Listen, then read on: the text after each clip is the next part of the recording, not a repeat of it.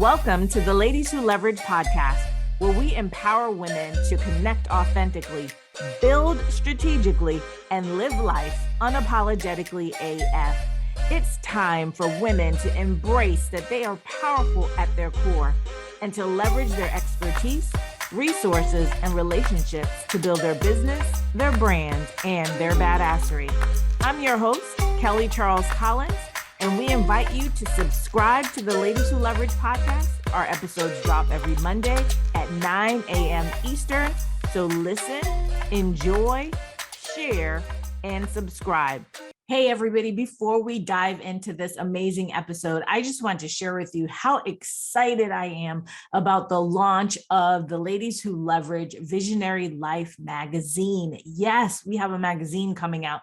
So not only do we have the Ladies Who Leverage Global Network and Mentoring Accelerator and this badass Ladies Who Leverage podcast, we are now going to have the Ladies Who Leverage magazine, all part of our ecosystem and our mission to connect women, connect female entrepreneurs authentically, help them to build thriving businesses, and make sure that they're living life unapologetically AF. So what you have to do, and I'm going to say have to, because you don't want to miss this. You need to go to lwlmagazine.com so that you can subscribe. Listen, it's free and it's great information. The inaugural issue launches January 22nd, 2022, and I cannot wait. It's going to be digital. It will come out quarterly, and I promise you, we will make sure that it is packed with curated content that is infused with valuable information, enlightening insights, practical ideas and useful resources, right? For you to be able to unleash your inner badass, build your thriving business, and live life unapologetically AF. Y'all know I am all about helping women and empowering women to win. And as we move into 2022, working on making sure that you build your business badassery. So focusing on your beliefs, your boundaries, your brand, your bag, and your being. So make sure that you subscribe to the Ladies Who Leverage Visionary Life magazine, lwlmagazine.com. And I can't wait to hear what you think about it. Now let's get into this episode. Welcome to the Ladies Who Leverage podcast. We are so excited that you are here. Remember, before you leave, to subscribe to the Ladies Who Leverage podcast so that you never miss an episode. And today I'm really excited because we have an amazing guest, and she has some great news to share with us, but I'm going to let her share that with you. Her name is Dr. Sharon Lamm-Hartman, and she is the founder and CEO of Inside Out Learning Incorporated, which is an award-winning global leadership, team, and organizational development consulting business. In addition to running Inside Out Learning, with a doctorate in leadership development from Columbia University and a master's from Cornell University, Dr. Sharon is a global executive and presentation skills coach, leadership and organization development consultant, speaker, writer, educator, wife, and mom. So definitely a woman after my own heart, because she does a whole lot of things. We're just not one thing. And we're going to talk about her book. Her book is The Authenticity Code, The Art and Science of Success, and Why You Can't Fake It to Make It. So all of that, fake it until you make it. Dr. Sharon, let's talk about that today. But before we get started, I just want to welcome you to the Ladies Who Leverage podcast and ask you to just give us a little bit more about your background. Sure. Well, it's great to be here, Kelly, because I love to support women in business, and it's a big passion of mine. I love to help women grow their businesses, and I coach and mentor several women entrepreneurs as well. So my background really, for 20 years, I've owned my own business, and I worked inside of a Fortune 500 company up to that point for maybe 5 years, and realized, you know what, I really am more an entrepreneur at heart.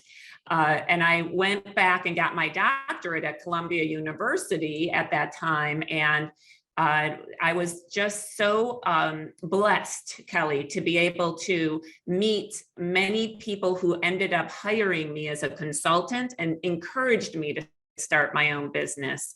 And that's really what gave me the lift I needed 20 years ago to start my own business. And I've been going strong ever since. We're WeBank certified, we're members of WPO, and just love what we do. The Authenticity Code is a program we have been doing inside of primarily mid-sized to Fortune 500 companies for the past 12 years. And even pieces of it we've been doing for 20 years. So I have seen amazing results in this program.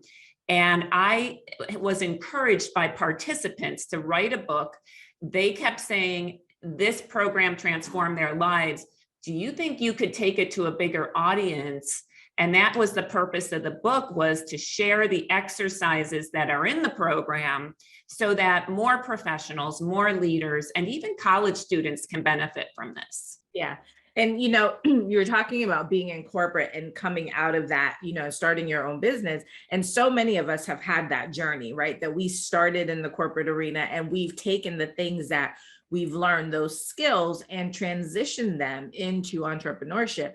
And before we came on, I was asking you, do you work with just corporations or do you work with entrepreneurs? And the reason I was asking you that question is because I think so many of us, as we leave that arena, right, and being the employee or maybe being a leader within those roles, when we come into entrepreneurship and we have our own businesses, we forget that leadership is still a topic. Leadership is still a skill that we need to hone in on when we go into entrepreneurship. So talk about that, Dr. Sharon, in terms of, you know, making that transition, because I think sometimes that is a hard transition to go from either employee and leader in that space to now leader of other people in your own space. Exactly. Yes. And I can't imagine a more important time to really invest in yourself as a leader, because there is a transition that, okay, now I'm in charge of this business. Now, what kind of culture do I want to create? Maybe you didn't like the culture that you were in, and that's why you decided to become an entrepreneur. Many people do that. I know that the culture I was in, I had to go through so much bureaucracy and levels of approval to do anything innovative. And I felt my creativity was stifled. So I knew that when I started my own business, I wanted to create a culture that was one that where creativity could thrive and innovation could thrive. And so I feel that with respect to leadership, we all need to learn how to lead people. How do you create the culture you most want? How do you develop the systems and processes your business needs to thrive? How do you develop your dream team, right, Kelly? I mean, you want a dream team. Because as you scale your business, it turns into, you know, it was just me for a little while, and then I hired an assistant, and then, you know, continued to build to, we've got 8 full-time employees and about 30 contractors that work through our business now. So how do you lead those and keep them motivated and inspired, right? Especially in this time of the great resignation that we're in. Right, definitely. And, you know, I always think about, because one of the things on my other side of my business, I'm a professional speaker and I talk about unconscious bias and bystander and all those things. I'm always talking to quote unquote leaders. But one of the things that I want them to understand too is that everybody in your organization can be a leader, right? So you don't necessarily end up being leader by title, because we know there's so many leaders who have the title who have zero concept of being a leader and what leadership means. So for our audience, so our viewing audience, our listening audience, how would you define leadership? Well, it's really interesting because I believe leadership and authenticity go hand in hand, because you also need to be asking yourself when you become a leader of your own business, what type of leader do I want to be? Who do I want to model my behavior after? And who am I authentically? Like, who inspired me? And so I define leadership as your most powerful way of adding value by expressing your unique gifts and talents for your chosen audience. And that's actually also how I define authenticity. And that does not mean, you notice that in definition, just like what you were saying, it does not mean that you have to be leading people. It's your most powerful way of adding value by expressing your unique gifts and talents for your chosen audience. So when you are living your core purpose and you are giving your greatest gifts to give, you become a natural leader. Yeah. Because I think when I think about leadership, it's not a title. Like leadership is something that you do, right? Yeah. So it's the way in which you were talking about operating in the world and operating with whatever particular audience, right? So you can have leadership over your own self, right? How are we showing up for ourselves? Because so many times, even as entrepreneurs, I think we start our businesses and, we're just like, it's too hard. I can't do this. Don't want to do this anymore. That is a failure of your leadership, right? Or a breakdown in your leadership because you're not tapping into your highest and best self, right? You're not giving yourself the chance to move forward. And some of it is just not being authentic to who you are because you've let other people speak, negativity or whatever over you, and you've taken that on. And so for me, that's a breakdown in leadership. I agree. I agree as well. And that's why in the book, okay, now the book is a parable about two professionals who are competing for the same promotion. Okay. And they have to learn about authentic presence and presentation skills in order to get the job, and who gets the job and who doesn't in the end. But in the back of the chapters are all the proven exercises from the program, the Authenticity Code, that have been proven to help with transformation.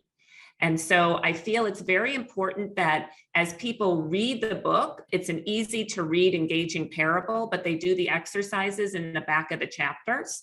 And one of them is the authentic brand statement. And there's 10 questions that you answer. And it helps you to really get in touch with who you are as a leader and who you're becoming. And when you're having those kind of days, Kelly, where you just want to give up and I can't do this, and I have had these days too, right? I always have my authentic brand statement next to me and I read it because that recenters us in who we are, who we're becoming as a leader. So I highly recommend that everyone does that exercise. Yeah. I love that you say that, your authentic brand statement. I think of it, I always talk to the women and ladies who leverage about their vision and their mission, because all of those things, so whatever you want to call them, right? They are your guiding light. Yes. And so they will keep you aligned. So like you just said, if you're having one of those moments, and we do, right? There are days where you're just like, I just want to take a nap. I'm just gonna go get back in the bed and start, again tomorrow. But when you have those things, I know for me, when I get very, very clear about those things, when I get off track, it just brings me back into alignment. Yes, exactly. That, and I'll tell you, through COVID, I've had to read that brand statement daily. Really to remind myself, this is what I'm creating in the world, because part of my brand statement is to take the authenticity code to as many leaders, professionals, and college students that can really help them to connect with who they truly are and to live that calling. So that's part of my brand statement and why I get up and do what I do every day. Now, I want to talk to you about the title of the book, because I love it, because I hate when people say fake it till you make it. So you say the art and science of success and why you can't fake it to make it. Tell us a little bit more about that. Absolutely.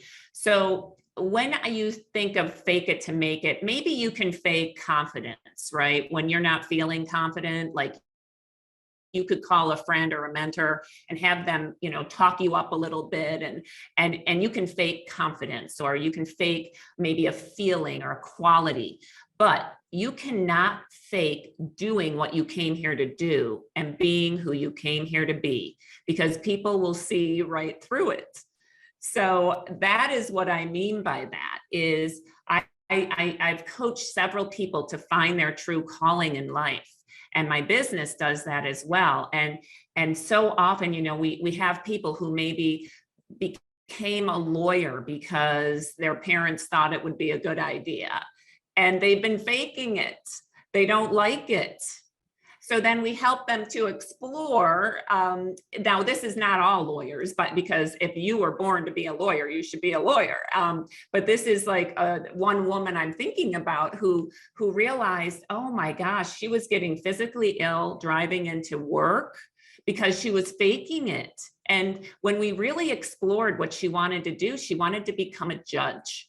She wanted to be a judge, and she went for it, and she beat out 500 other candidates for that judge position. And it was just her calling. And I say we need to do that authentic brand statement every year, even redo it, because maybe it shifts. Maybe you become your brand, right? Because after she was a judge, she was like, now, what kind of judge do I really want to be? And now she's, that was like 10 years ago. And now she's retiring from being a judge, and she's researching again, what's life calling me to do next? Yeah, talking to a retired attorney here. I love that, right? I feel her pain. I feel, you know, for me, it was, I got to the point where it was just so stressful.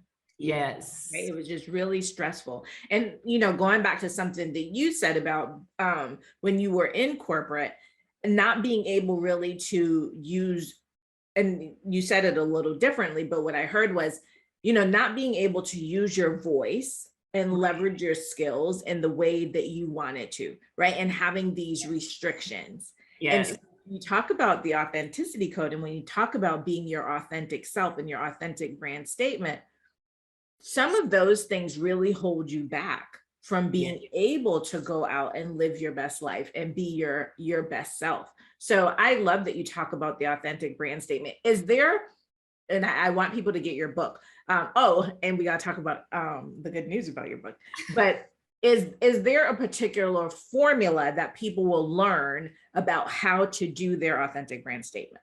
Yes. So there's 10 questions in the book, and you answer those, and then you put them into a sentence structure that ends up giving you your authentic brand statement. And then there are 5 additional questions that really help you to define what success would look like when you're living your brand. So that's one piece. And the code, Kelly, is your presence plus your audience plus your presentation equals your success. Yes. And you kind of mix all these things together. You know, who you are, bringing your authentic presence. And also you choose your audience. It is an authentic choice to be in front of an audience. So don't you want to best serve that audience? Yeah. And then, like, I ended up not choosing that Fortune 500 company I was part of, right? The culture of that company. I ended up saying, you know, this is not what I choose. I did not feel I could thrive in that culture. Yeah. So that's when I started my own business. Yeah. And then plus your presentation. So how do you get your message out and the clarity with which you communicate, whether it is in a job interview or whether it's in a presentation, presenting your business, whatever that is. So there are tools in all 3 of those areas. And the authentic brand statement is a tool within the your presence part of the code. Yeah, I think you and I are kindred spirits, because I was having a conversation. It's funny, I was having a conversation with my coach the other day around this very topic. And what I was saying to her was, as an entrepreneur, even with my coaches, right? My coaches and my mentors, I get a lot of business advice, right? How to market, how to, you know, do ads, how to sell, how right. to do like those things. And what I was saying to her, and why, and it's funny because I want to create a whole program around this, is that what is missing from a lot of this is, how do you show up? Yes. Right? Yes. Right. And because that is that is like the battle, right? Right? They say it's part of the battle, but that is the battle. Because when I was practicing law, and I was one of my very first trials, and after the trial, the jury foreperson came up to me and she said, "I want to talk to you." And I was like, "I don't really want to talk to you because y'all just found my client guilty. I don't really want to talk to you." But she said to me, she said, "Kelly, every day we would wait to see what you wore to court." Wow. And at first I was a little annoyed because I'm like, no, can you pay attention to the evidence? Yes. But what it taught me, though, was that your presence matters. It really does. And so how you show up Mm-hmm. is so important, because how you show up is how people will respond to you. Yes. So while we talk about, having the confidence to sell, and we talk about the confidence to, do our marketing or do whatever, before all of that, to me, there has to be this, you have to address the present. So I love that you said that, because the presence and the presentation will then help you to do all of the other things. Yes, absolutely. And I love that they said that to you, because you were making a statement, around your presence with what you were wearing. And in the book, I even talk about that dress for your audience, that because otherwise, like, let's say I'm going in to talk to some generals in the military. I'm going to wear something very different than if I'm going into one of Richard Branson's companies that are super entrepreneurial and fun and innovative. All right. Then I might wear my blue jeans that have rips in them, and a cool t-shirt. And when I go to the military, I'm going to be in a blue suit. That's just, that, because I don't want it to take away from my message. Yeah. I love that you said that. I love that you said, because the other thing too is that I think sometimes we get confused. So, you talk about the authenticity code, and then you're talking about, well, if I'm going here, I dress this way. And if I go here, and I could see people thinking, well, then that's not being authentic. I know. That's not inauthentic. It is about being powerful. To me, it's about being powerful and understanding the power of presence, right? And the power of your presentation, because, we know that when people encounter you, they want to know, can they trust you, and do they think you're competent, right? Exactly. And if you can take those things away from them, like take that away, that they have to be thinking about that and now focused on that. Yes. You have now put yourself in such a different power position, I believe. Yes. Yes. And I love what you're hitting on. I think we are kindred spirits, Kelly. I love what you're hitting on, because so often in the authenticity literature, I found authenticity is described as, it's all about me, regardless of my audience, and people just need to deal with it. And then when I really looked at it, I'm like, that is not necessarily true, because we want you to be you, your presence, when considering your audience, because you are making an authentic choice to be in front of an audience. If you don't want to dress the part for a military audience, then don't choose it. Go into the other kinds of environments. And so I just feel that we choose our audience. That's an authentic choice also. And don't you want your message to be heard in that audience, and to influence and inspire that audience that you're choosing? And like you said, wearing clothes that aren't going to distract from your message is one way of really inspiring the audience and helping your message be heard. Yeah. And for me, like, when she was talking about my suits, so I used to wear orange suits and red suits, Love it. All the things, right? And nothing blue, and no navy, no gray.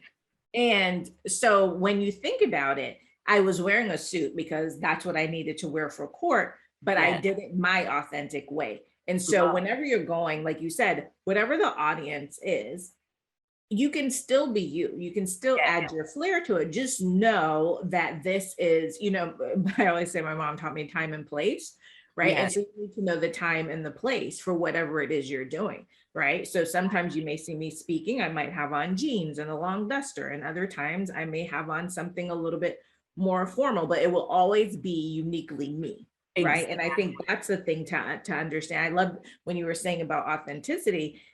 it's how you look at what that word means. And I think that kind of binary choice of it's either all you, all about you or nothing, I just think it doesn't make a lot of sense. Right. It's a both and that's why I put your audience in the code. Your presence plus your audience plus your presentation equals your success. I think all three of those things, and even to come up with a presentation that is authentically you.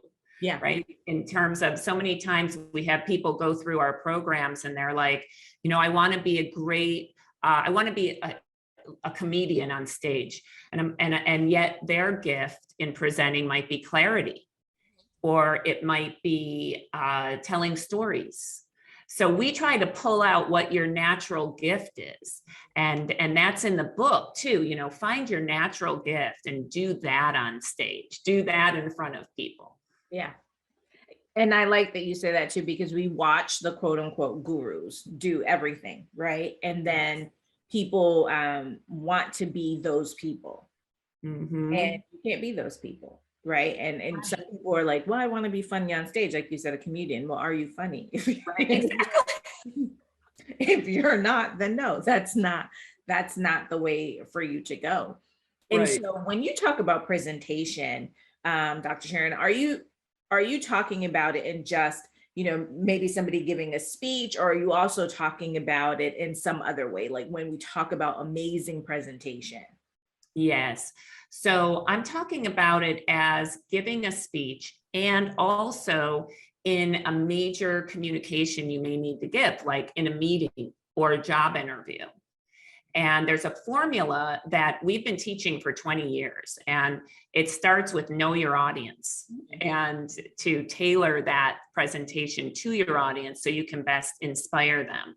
And then to really, how do you get their attention and an attention getting opening? So you can do that in a formal presentation or even in a job interview. And then to have that kind of executive summary up front, what's that bottom line? And we have a great agenda with a clear body message, and then how to finish strong in any kind of communication. And even in the clear body message, there's an acronym in the book, and it's called HORSE. And it's how do you transition from one point to the next in a way that's super clear so your audience doesn't get lost. I love that. I love that. I think your book, everybody should be reading your book, because this is the part, right? This is the part that needs to be addressed simultaneously before we even go on this journey, whatever that journey is, whether it is staying in corporate and trying to climb whatever ladder, or even if you just want to stay where you are, but to be known and to be valued. And then if you're in the entrepreneurial space of now being the brand, now being the face of your organization, and understanding that you can't just show up however. Right. Exactly. You need to really be conscious about who you want to be as the leader of your company. Yeah. And the type of culture you're setting as a result of that. Yeah, absolutely. So we were talking about your book, and I said that we had great news about your book. So tell us. Yeah. So, well, I'm really proud and excited to say that we made the Wall Street Journal best-selling list as #2 for nonfiction ebooks. So really, really grateful. And then also the USA Today best-selling lists, and a number of the #1 Amazon lists. So the book's doing really well out there, and I'm so grateful for that, because my purpose in this book was really to take what I know works in our program and put it in a book format, so that people who can't take the program for whatever reason, or don't want to take the program, can still get the benefit of the proven exercises. Yes, absolutely. I love it. I love it. And I think we are kindred spirits, and I am so glad that I got to have this conversation with you, to know that, yeah, I'm not off. No. Off. in this thought around presence and power and presentation and how impactful that can be. If you were to give the audience a tip, like one, where can they start? What is something that they can do in terms of really honing in and embracing their authenticity? What would that be? The tip is, one of the questions in the authentic brand statement is, your greatest wound is actually your greatest gift to give. And that is something that is very powerful. I think we all need to be in touch with our greatest gift to give in our professions. And so what do I mean by that? So one of the questions is, what did you most want to receive from your parents growing up? Or it could even be other authority figures, and you didn't. And this is not an attack on your parents. They did the very best they could with what they had at the time. But our greatest wound is often our greatest gift to give. So for example, mine was, I really wanted my parents to help me to see and celebrate my unique gifts and talents. Well, when I stopped trying to receive that from the outer world, and I started to give it in my work, what's the authenticity code really about? It's about helping people see and celebrate their uniques and talents. And that's when life transformed. That's when you know you're doing your calling. You can give your greatest gift in your current job. If you decide to leave and do something different in your entrepreneurial business. But I say, whenever you possibly can, be connected to that greatest gift to give for you, and think about that and give it in any communication that you have. I love it. Love it. Yeah. Love it. And Dr. Sharon, I want to just go back real quick so that we don't leave people hanging, because we used a couple of acronyms in the beginning. Yes. So you talked about WeBank and you talked about WPO. Right. So let our audience know what those things are, and how those could connect you with your authenticity code, and just help you in business, just being part of those types of organizations. Yes, I highly recommend both of these incredible organizations for women business owners. And so WeBank is you can become woman certified. And it's a process to go through, but it's totally worth it. Yeah. Because when you become woman certified, then people will, and corporations will say, okay, this is great. We are hiring a diverse candidate. We want to be celebrating supplier diversity. And it really helps you to be among peers who care about being woman certified. And they provide all kinds of programs and that you can join, conferences. Highly recommend that organization. It gets you in front of Fortune 500 companies that you may otherwise not be able to get in front of. And then WPO is called the Women's President Organization, and they are fabulous to really have peers. So I'm in the Phoenix chapter, and we meet once a month for 3 hours, and we support each other's businesses. And I can't tell you, and there's actually been research on this because I worked at the Center for Creative Leadership, and there's research that women develop most through supportive relationships. So however you're going to get your support, whether it's a WPO or WeBank or some other organization, LaTip is a great organization, IWEC, all of those, just find your support system and continue to be around others who inspire you and uplift you and who are going to give you that push to be your highest version of yourself. And the Know Women is another one, KNOW Women.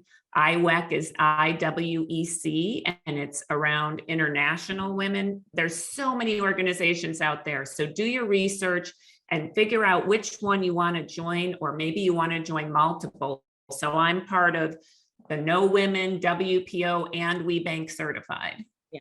And as I was mentioning to you, I just got my WeBank certification a couple of months ago, and had the opportunity to attend the sun's coming in on my window. No worries. had the opportunity to attend the WPO conference, which was amazing. And so, you know, what you just said about women and having the support of women is why I started Ladies Who Leverage. So we have the podcast, but I started Ladies Who Leverage as a community because I wanted there to be a space where women could come together to support each other in business, to answer the questions, to be able to have a confidential space where you could, you know, ask for the things that you want, you need, feel that you're not in competition with anyone, that women are really there to help you, right? And to make sure that your business thrives. And so for me, Ladies Who Leverage is, you know, similar to the WPOs and some of those other organizations in terms of making sure that we have these safe, supportive, what I call ecosystems for women to connect authentically, build strategically, and you can see on my shirt, live life unapologetically AF, because that is how I think, right? That's what I think about in terms of being a visionary. So it's really so important to find an organization that resonates with you and to be a part of that organization, and not just to join, but to actually participate. Because I think, you know, when you're in those different spaces, oftentimes we join these things and then we don't do the work. Right. We don't show up. Like there's things or we don't, you know, take the trainings, or we don't take advantage of the opportunities that are given to us. And then we wonder, well, why is this person, you know, moving on and I'm still over here? And it's because you're not living into your highest and best self by taking advantage of the opportunities that are given to you in those spaces. So I'm so glad that you talked about that, because there are so many and you have to find the one that resonates with you, right? Because not all of them will. And then some of them you have to meet, you know, certain thresholds. Like for Ladies Who Leverage, you have to meet a certain threshold to come in. WPO, same thing, you have to have a threshold, but there's so many of these organizations. And it's so important as women that we work together to move each other forward. Exactly. Yeah. And I know that in corporate America, sometimes I see women competing with each other.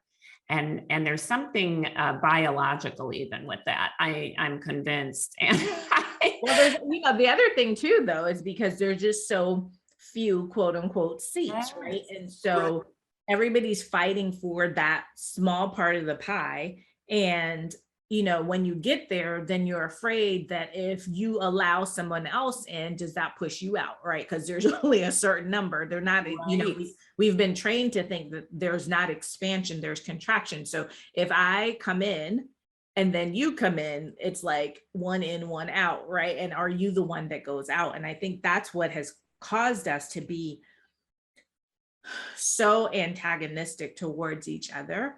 And you know, and for us to have this reputation of women can't work together, which is so not true. It's so not true. And to have an abundant mindset in these organizations, and thank you so much for starting this one. I think it's awesome. But to have that mindset of, I'm here to help you. You know, I'm here to collaborate with you and to help you be the best version of yourself you can possibly be, and actually celebrate each other's success instead of being jealous about it. Yeah, that's what we do. We call it collabosourcing. So I love it. So we've gotten that trademark. So it means to leverage your expertise, resources, and relationships to build your business, your brand, and your badassery. So that's what we do in Ladies Who Leverage. You need to write a book with that title. Well, I just wrote a book, Unapologetic AF, 34 Ways to Unleash Your Inner Badass. Love it. Yeah. Fabulous. So that's how. So Dr. Sharon, don't want to hold you up much longer, but I love having this conversation with you. And I, you know, we think so much alike. And so this is awesome for me. How can people find your book, and then how can they connect with you? Absolutely. So my book is just about everywhere. You can look up the Authenticity Code on Amazon, Barnes and Noble. It's in several bookstores. It's actually in airports, many of the airports, the Hudson stores now. And even Walmart and Target has it. So wherever you prefer to shop for books, you can get it. We have the ebook available as well as the print book. And you can find me on insideoutlearning.com, and you can take a look at all the great things that we have to offer, and would love to hear from you, and have so appreciated being on your show, Kelly, and for all that you do.